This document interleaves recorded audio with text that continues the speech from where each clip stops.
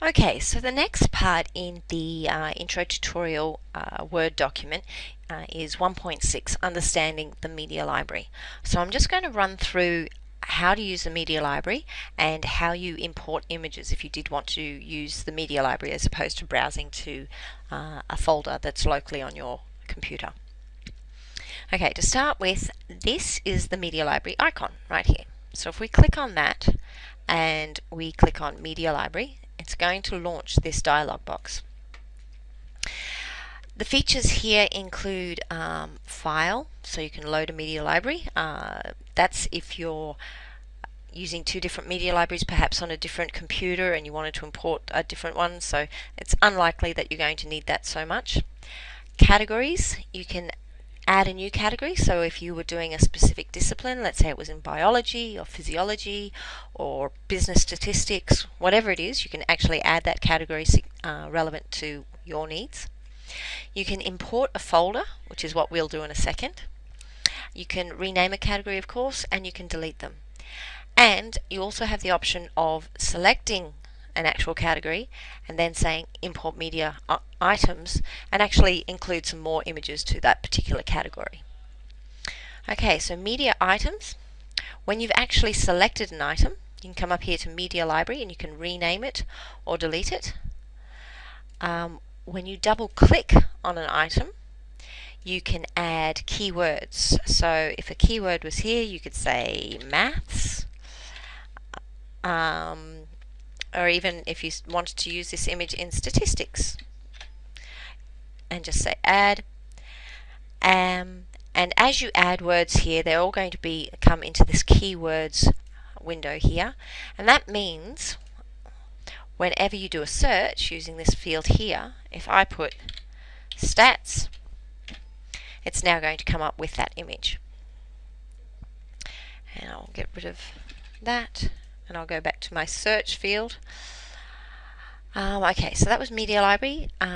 This is show categories, so when we want to get back to this category here, you can also have subfolders. So if you were to create a category, select a category and then create a new one, it's going to actually put it underneath the one that's selected. This is the search field, which is what we just used before, so let's try intro. Now it will search on the name of the file or any keywords that you have attached to a given image. You can look at thumbnail versions, which is what we're looking at here. You can look at details, which will give you information about dimensions and what category it belongs to. And importing images. So that's where you just browse to the images you want to import. Okay, so let's go back to our categories, and what I'm going to do is import the images that we use for this fish tutorial. So if I click on Media Library, because I want it to be a subcategory of Media Library, if I was importing images that related to animals and perhaps I wanted a subcategory, I could import a folder that's called insects and have it as a subcategory underneath animals. But we'll go back to Media Library, go categories, import folder. I'm going to browse to the desktop and my intro tutorial, and I've called this folder now Fish Tutorial Images, and say OK. Do you want to import subfolders? Yes. And say OK. So then, as you can see, here it is, and all your images are now in there.